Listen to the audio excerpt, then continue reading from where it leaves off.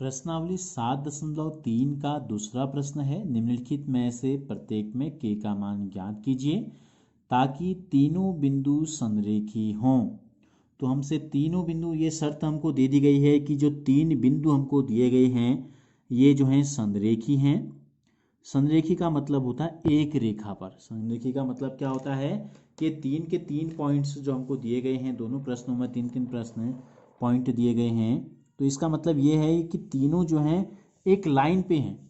अगर पहला ये है, दूसरा ये है और तीसरा ये है, ठीक है। तो क्या होता है, जब तीन बिंदु संरेखी होते हैं यानी कि एक लाइन पे होते हैं, तो इनके द्वारा जो त्रिभुज बन रहा होता है उसका एरिया 0 होता है, क्षेत्रफल 0। क्यों? अगर हमने ये देखो, दो पॉइंट हमने ये लिए और एक पॉइंट हमने थोड़ा सा ऊपर ले लिया, हल्का सा, ये देखो, अगर हम इन दोनों को मिलाएंगे, ठीक है, इन दोनों को हमने मिलाया, ये तीसरा जो है इस लाइन पे नहीं आ रहा है। जब हम इन तीनों को इस प्रकार से मिलाते हैं, देखो, एक दूसरे के साथ कनेक्ट करते हैं, तो क्या बन जाता है, एक त्रिभुज बन जाता है। अब यहाँ क्या हो रहा है कि हमने जब इससे इसको मिलाया, दूसरे पॉइंट से तीसरे को मिलाया, पहले से तीसरे को मिलाया, तो कोई भी जगह जो है वो घिरी नहीं, बंद नहीं हुई, ठीक है। तो इसलिए हम इसको बोलते हैं कि जो त्रिभुज बना, यानी कि कोई त्रिभुज नहीं बना इन तीनों पॉइंट से, तो जब त्रिभुज बना ही नहीं तो त्रिभुज का एरिया इसका मतलब 0 है, ठीक है। तो हम यहाँ पर लिखेंगे तीन बिंदु, तीन हमको दिया है कि ये तीनों बिंदु जो हैं संरेखी हैं, तीन बिंदु संरेखी हैं, इसलिए, चूंकि लिख लेते हैं, इसलिए इनसे बनने वाला, इनसे बनने वाले त्रिभुज का जो क्षेत्रफल होगा वो होगा आपका 0। तो यही शर्त होती है। इससे पहले हमने प्रश्नावली 7.1 में आपको एक प्रश्न बताया था कि तीन सिद्ध करना था, तीन बिंदु संरेखी हैं या नहीं हैं। तो वहाँ हमने क्या निकाला था, दूरी सूत्र का प्रयोग हमने किया था। किन्हीं भी दो दूरियों का योगफल अगर तीसरी दूरी के बराबर आ गया तो तीनों बिंदु जो हैं वो संरेखी थे। लेकिन यहाँ हम इस सूत्र का प्रयोग करके भी तीन बिंदुओं को जो है संरेख दिखा सकते हैं। ठीक हो गया। ये तीन बिंदु हमको दिए गए हैं, पहले कुछ सवाल को हम हल कर रहे हैं अभी। तो तीन बिंदु संरेखी हैं तो इनसे बनने वाले त्रिभुज का क्षेत्रफल 0 होगा। पहले वाले सवाल में भी कल हमने आपको बताया था कि त्रिभुज का क्षेत्रफल कैसे निकालते हैं। तो त्रिभुज के क्षेत्रफल का सूत्र हम लिखेंगे, तो ये लिख दिया हमने, का 0 होगा। तो त्रिभुज माना ABC हमने ले लिया, तीन शीट्स हमने ले लिया ABC, तो यहाँ लिख देंगे area of ABC equal to 0 आ गया।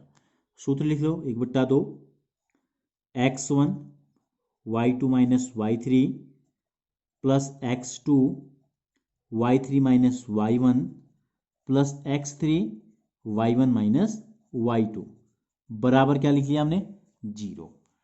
अब हम क्या करते हैं, एक इसको ले लेते हैं x1 y1, ये हो गया आपका x2 y2, ये पॉइंट हो गया x3 y3, ठीक हो गया। तो यहाँ सूत्र में रख देते हैं, तो ये हो जाएगा हमारा 1/2 x1 को, यहाँ से मान x1 का मान देखो कितना है, 7 है। कोष्टक में y2 में से y3 को घटाना है, y2 का मान 1 है, y3 का मान k है, तो क्या कर देंगे, 1 ऋण k हो गया आपका, धन की जगह धन। x2 का मान यहाँ से देखो कितना है, 5 है।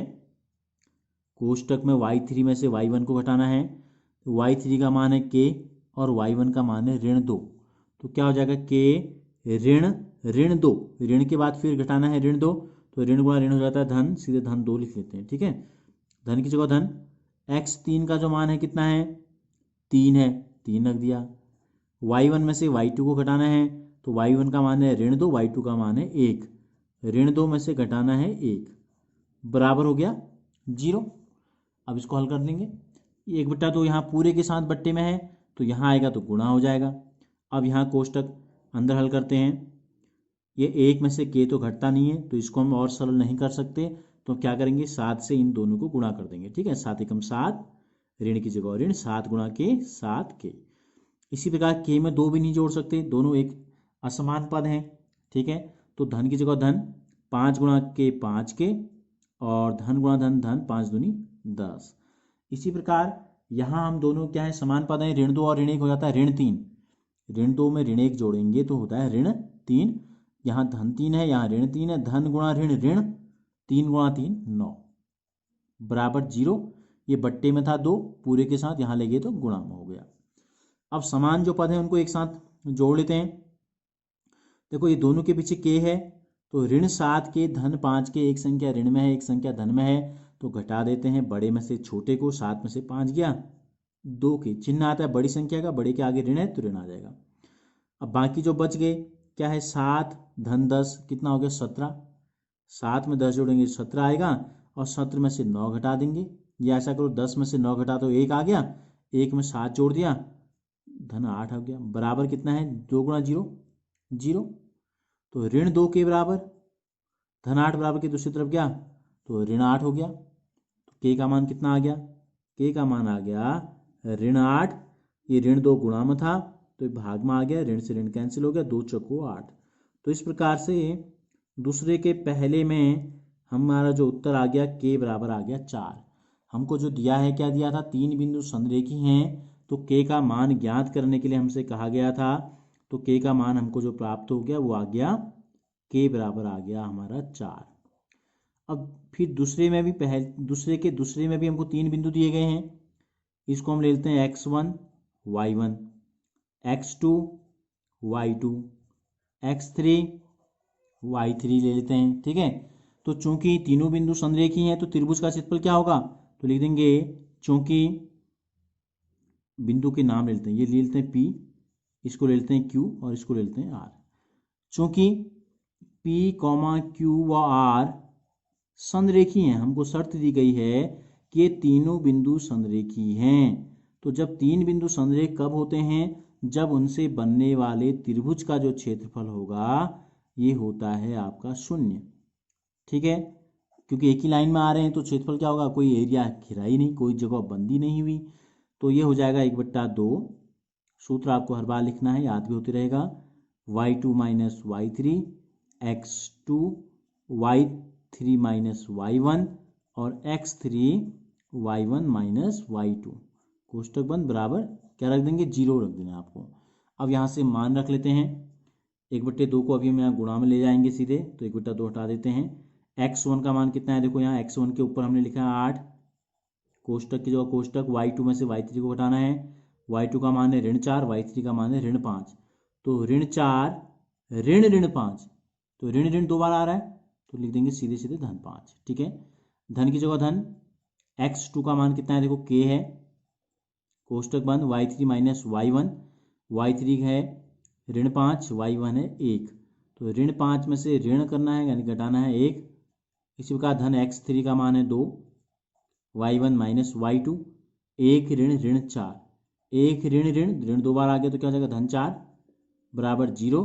ये बट्टे में था 2, यहाँ जाएगा तो क्या हो जाएगा गुणा में हो जाएगा। ठीक है, अब ये हो गया हमारा 8, एक संख्या धन में एक संख्या ऋण में, तो घटाते हैं बड़े में से छोटे को, 5 में 4 गया 1, चिन्ह बड़ी संख्या का धन में है तो धन ही में रहा। इसी प्रकार धन के ऋण 5 और ऋण 1 हो गया ऋण 6, 4 में 1 जोड़ा 5 बराबर आ गया 0। ठीक हो गया, अब हो गया 8 एकम 8, धन गुणा ऋण ऋण 6 के हो गया, धन 2 पंजे 10 बराबर 0। 10 में 8 जोड़ देंगे, देखो ये भी धन में है ये भी धन में, दोनों समान पद हैं, अचर हैं दोनों, तो ये हो जाएगा ऋण 6 के धन 18 बराबर 0। ऋण 6 के बराबर धन 18 को दूसरी तरफ ले जाएंगे तो कितना हो जाएगा ऋण 18, और के को जब अकेले छोड़ देंगे तो ये हो जाएगा ऋण 18, ऋण 6 गुणा में था भाग में आ गया, इधर ऋण से ऋण कैंसिल हो गया, या ऋण इंटू ऋण, या ऋण में ऋण का भाग देंगे धन आ जाएगा, 6 3 18। तो इस प्रकार दूसरे सवाल में के का मान हमको बताना था, के का मान आ गया 3, पहले में मान आया था के का 4।